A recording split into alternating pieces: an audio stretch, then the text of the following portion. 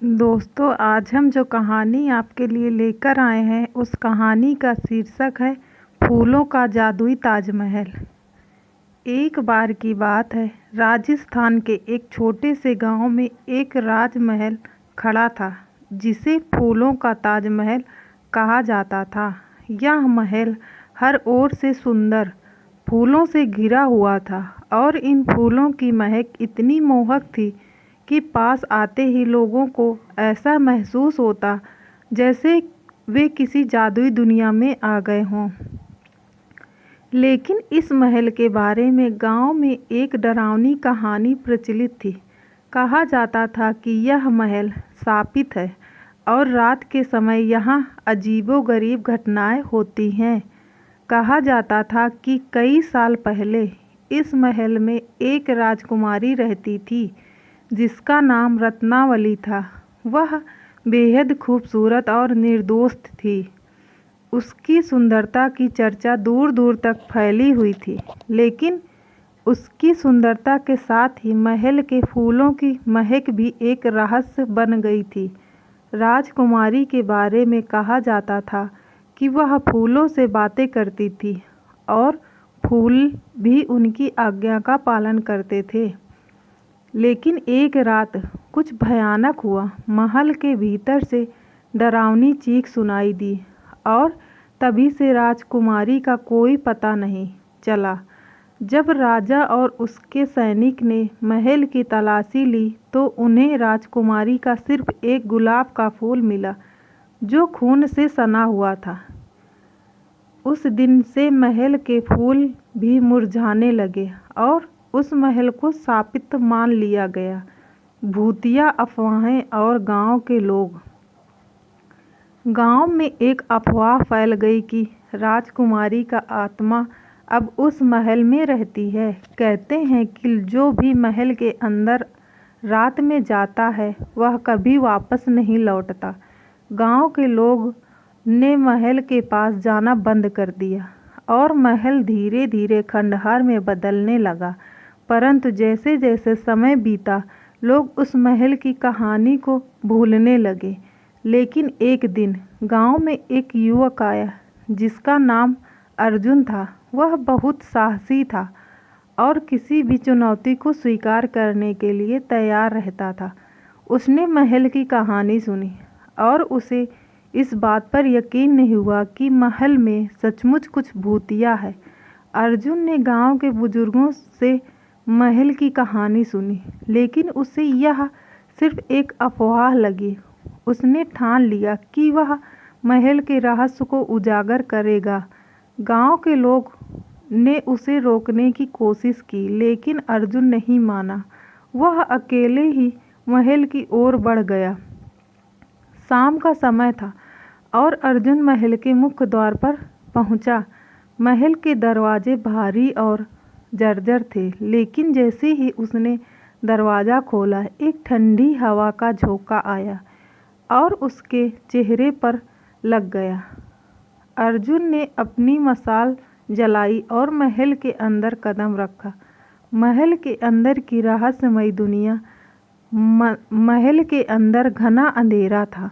अर्जुन ने मशाल की रोशनी में चारों ओर देखा। वहाँ की दीवारें टूटी फूटी और फर्श पर धूल की मोटी परत जमी हुई थी। लेकिन महल के अंदर एक अजीब सी महक थी, जैसे ताज़े फूलों की खुशबू।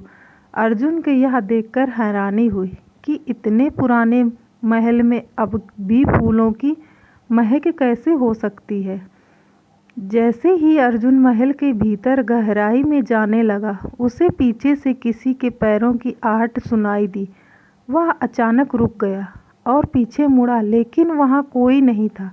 अर्जुन ने सोचा कि यह उसकी कल्पना हो सकती है और वह आगे बढ़ गया। लेकिन जैसे ही उसने कुछ और कदम बढ़ाए, उसके कानों में एक धीमी आवाज़ आई, जैसे कोई उसका नाम पुकार रहा हो। आवाज़ का पीछा अर्जुन ने ध्यान से सुना और उस आवाज़ का पीछा करने लगा। वह आवाज़ उसे महल के अंदरूनी हिस्से में खींचती चली गई। अचानक अर्जुन को एक बड़ा हॉल दिखा जिसमें एक बड़ा गुलाब का बगीचा था। उन गुलाबों की खुशबू इतनी तीव्र थी कि अर्जुन का सिर घूमने लगा। लेकिन तभी उन गुलाबों के बीच एक से एक साया निकलकर उसके सामने आ खड़ा हुआ। वह साया धीरे धीरे स्पष्ट होने लगा और अर्जुन ने देखा कि वह साया किसी महिला का था जिसके हाथों में खून से सना गुलाब का फूल था। कौन हो तुम? अर्जुन ने कांपती आवाज़ में पूछा। उस महिला ने धीरे से कहा, मैं रत्नावली हूँ, इस महल की रानी। रत्नावली ने अर्जुन को बताया कि वह किसी जादूगर के श्राप का शिकार हो गई थी। वह जादूगर राजकुमारी की सुंदरता से इतना प्रभावित हुआ कि उसने उसे अपना बनाने की ठान ली। लेकिन जब रत्नावली ने उसे ठुकरा दिया तो गुस्से में आकर जादूगर ने उसे साफ दे दिया कि वह हमेशा के लिए महल में कैद होकर रह जाएगी और उसके साथ यह महल भी शापित हो जाएगा। हर रात रत्नावली की आत्मा महल में भटकती रहती थी, लेकिन उसकी मुक्ति का कोई रास्ता नहीं था। क्या मैं तुम्हारी मदद कर सकता हूँ? अर्जुन ने साहस बटोरकर पूछा। रत्नावली ने कहा, अगर तुम इस महल के बगीचे में बीच में लगे सबसे पुराने गुलाबों को तोड़कर उसे जलाओगे तो मेरा श्राप टूट सकता है। लेकिन ध्यान रहे, अगर तुम असफल रहे तो तुम भी इस महल का हिस्सा बन जाओगे। अर्जुन ने रत्नावली की बात मानने का फैसला किया।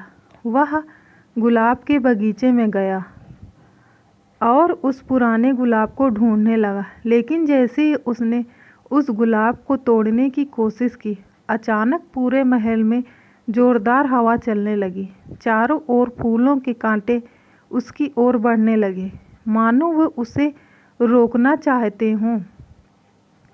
अर्जुन ने हार नहीं मानी और पूरी ताकत से गुलाब को तोड़ने में लगा रहा। आखिरकार उसने गुलाब को तोड़ लिया।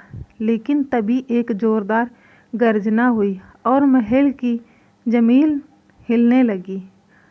श्राप की समाप्ति और महल का विनाश। अर्जुन ने जल्दी से गुलाब को जलाने की कोशिश की। जैसे ही गुलाब जलने लगा, एक तेज रोशनी पूरे महल में फैल गई। रत्नावली की आत्मा ने एक आखिरी बार अर्जुन को देखा और धीरे धीरे वह रोशनी में विलीन हो गई। महल की दीवारें गिरने लगी और महल धीरे धीरे जमीन में समा गया। अर्जुन किसी तरह महल से बाहर भागा। अगले दिन गांव वालों ने देखा कि महल का नामो निशान मिट चुका था। गांव में फूलों की महक भी खत्म हो गई थी, लेकिन लोगों के दिलों में एक नई उम्मीद जागी थी। अर्जुन गांव का हीरो बन गया। लेकिन जब भी रात होती, लोग कहते थे कि महल के स्थान पर आज भी फूलों की हल्की महक आती है। शायद वह रत्नावली की आत्मा की शांति का संकेत था। इस प्रकार फूलों का जादुई ताजमहल की कहानी गांव की पुरानी कहानियों में जुड़ गई। लेकिन अर्जुन के साहस ने साबित कर दिया कि सच्चे साहसी व्यक्ति ही भूतिया रहस्यों को उजागर कर सकते हैं। और इस तरह उस शापित महल की कहानी ने लोगों को यह सिखाया कि डर का सामना करने के लिए साहस की आवश्यकता होती है। जब तक हम अपने डर का सामना नहीं करते, तब तक हम कभी सच्चाई तक नहीं पहुंच सकते। दोस्तों, अगर आपको मेरी कहानी पसंद आई हो तो मेरी वीडियो को लाइक कीजिए, चैनल को सब्सक्राइब कीजिए और कमेंट करके ज़रूर बताइएगा कि यह कहानी आपको कैसी लगी, ताकि ऐसी ही वीडियो हम रोज़ाना आपके लिए लाते रहें।